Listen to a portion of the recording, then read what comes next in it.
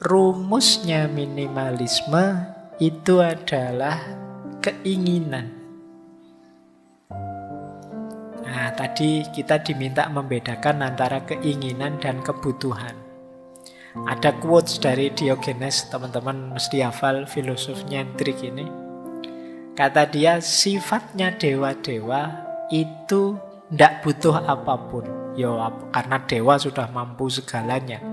Nah, berarti apa? Kalau kamu ingin meningkat kualitasmu seperti dewa, kamu tidak usah menginginkan apapun. Jadi kalau istilahnya Diogenes, God-like person, manusia yang seperti dewa. Mungkin teman-teman pernah dengar istilah manusia setengah dewa. Setengah saja ya, karena kalau sepenuhnya nanti berat. Manusia setengah dewa itu bukan manusia yang mampu segalanya, enggak. Kalau versinya Diogenes, manusia yang mampu tidak menginginkan apa-apa. Jadi yang mampu mengendalikan keinginannya. Ini manusia setengah dewa. Kenapa setengah dewa? Karena manusia itu kecenderungannya tamak, ingin memiliki apa-apa. Begitu dia mampu mengendalikan keinginan, tidak butuh apa-apa, itu dia levelnya tinggi. Ini kata Diogenes. Atau ada dua quotes yang terkenal dari Arthur Schopenhauer. Kata dia, akan lebih baik jika tidak ada apa-apa. Berarti kita tidak punya apa-apa, itu lebih baik. Karena ada lebih banyak rasa sakit daripada kesenangan di bumi ini. Setiap kepuasan hanyalah sementara, menciptakan keinginan baru dan kesusahan baru. Jadi kalau kita mencapai satu kepuasan tertentu, kalau itu levelnya manusia, itu kan sifatnya sementara. Terus kita ingin lagi, ada keinginan baru. Kalau ada keinginan baru, ada kesusahan lagi yang baru. Ini filsafat kehendak atau filsafat keinginan dari Arthur Schopenhauer. Jadi kata dia, hakikatnya hidup itu menderita. Kenapa? Karena kita menjalani hidup dengan dasar keinginan. Orang ingin ini kan sakit. Ingin itu kan berarti ada sesuatu yang ingin dia target dan belum terpenuhi. Itu kan menyakitkan. Pengen punya mobil, pengen punya pacar, pengen lulus cepat. Itu kan keinginan berarti belum terpenuhi. Diri kita merasa sakit, menderita, sampai keinginannya terpenuhi. Sementara ketika keinginan terpenuhi, manusia kan tidak selesai. Ada lagi keinginan yang baru. Menderita lagi. Sekarang teman-teman mati-matian ngejar biar lulus cepat misalnya. Begitu wisuda lulus, apa selesai? Kan enggak. Ingin segera dapat kerja Pak, ingin segera ketemu jodoh Pak, ingin segera ketemu jodoh bener nikah. Apa selesai urusanmu? Masih panjang ceritanya, masih banyak keinginan-keinginan yang baru. Jadi hidup ini rentetan dari keinginan ke keinginan. Sementara keinginan itu sesuatu yang menyakitkan. Berarti hakikatnya hidup ini ya penderitaan. Itu versinya Arthur Schopenhauer. Padahal bahkan di balik kesuksesan, di situ ada penderitaan. Kalau kalian mengalami sukses tertentu, jangan lupa ada sisi penderitaan di situ. Baik penderitaan dalam proses menginginkannya maupun mungkin ada hal-hal lain. Di situ ilustrasinya Arthur Schopenhauer, penderitaan hewan yang dimakan selalu lebih besar daripada kesenangan hewan yang makan. Nah ini maksudnya apa? Ketika kita menaklukkan sesuatu, itu kan ada yang ditaklukkan. Kita menaklukkan itu menang, senang. Tapi yang ditaklukkan ini rasa sakitnya lebih besar daripada senangnya kita yang menang. Jadi logikanya orang hidup kan kadang pakai logika kalah menang.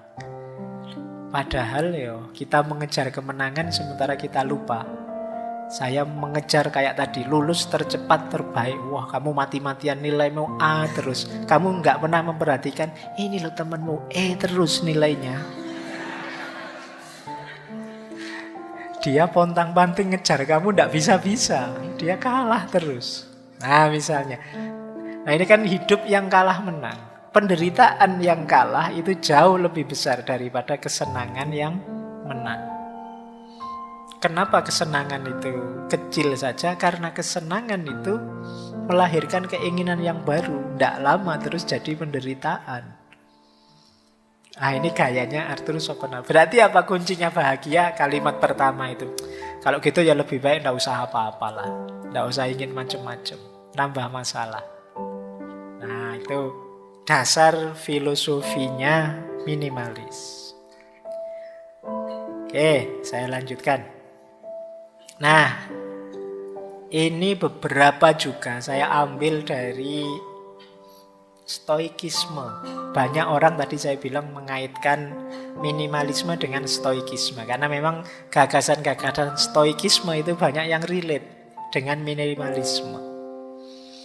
Misalnya itu ada kalimat dari Epictetus, kekayaan itu tidak terdiri dari memiliki banyak harta, tetapi memiliki sedikit keinginan.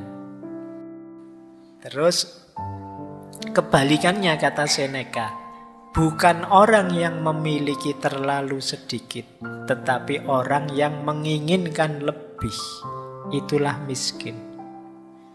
Selama kita masih ingin macam-macam dan belum keturutan, sebesar apapun harta kita, kita hitungannya masih miskin.